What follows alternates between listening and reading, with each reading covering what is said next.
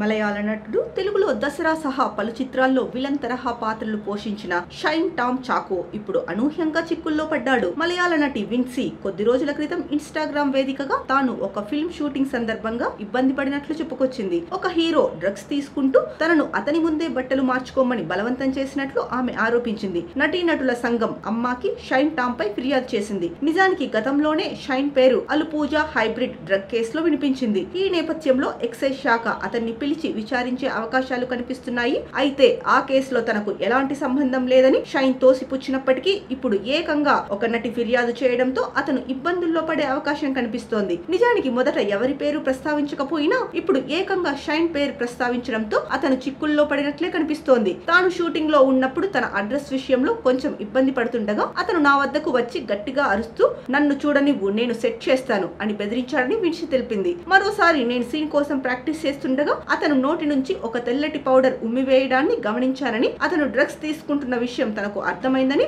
ఆమె తెలిపింది. Film set లో ఇలా డ్రగ్స్ తీసుకోవడం సరికాదని ఆమె అభిప్రాయపడింది.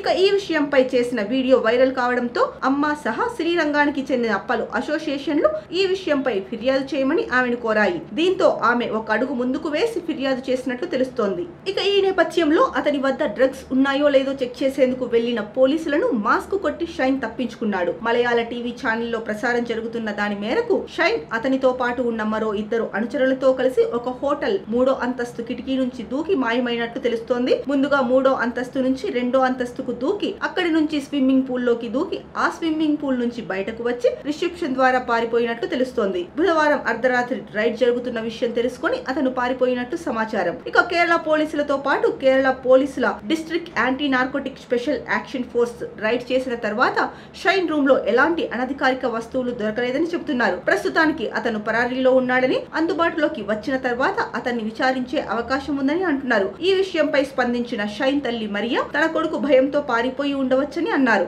నార్కోటిక్ అధికారులు అతని రూమ్ లో ఏమైనా తప్పుగా కనుగొన్నారా? నాకు అతని గురించి బాగా తెలుసు, భయపడి పారిపోయి ఉండవచ్చు. పోలీసులు కూడా అక్కడికి యూనిఫామ్ తో వెళ్లలేదు అని ఆమె ఆరోపించారు. ఇటీవల తమిళంలో సూపర్ హిట్ గా నిలిచిన గుడ్ బ్యాడ్ అగ్లీ సినిమాలో కూడా షైన్ ఒక చిన్న పాత్రలో కనిపించాడు.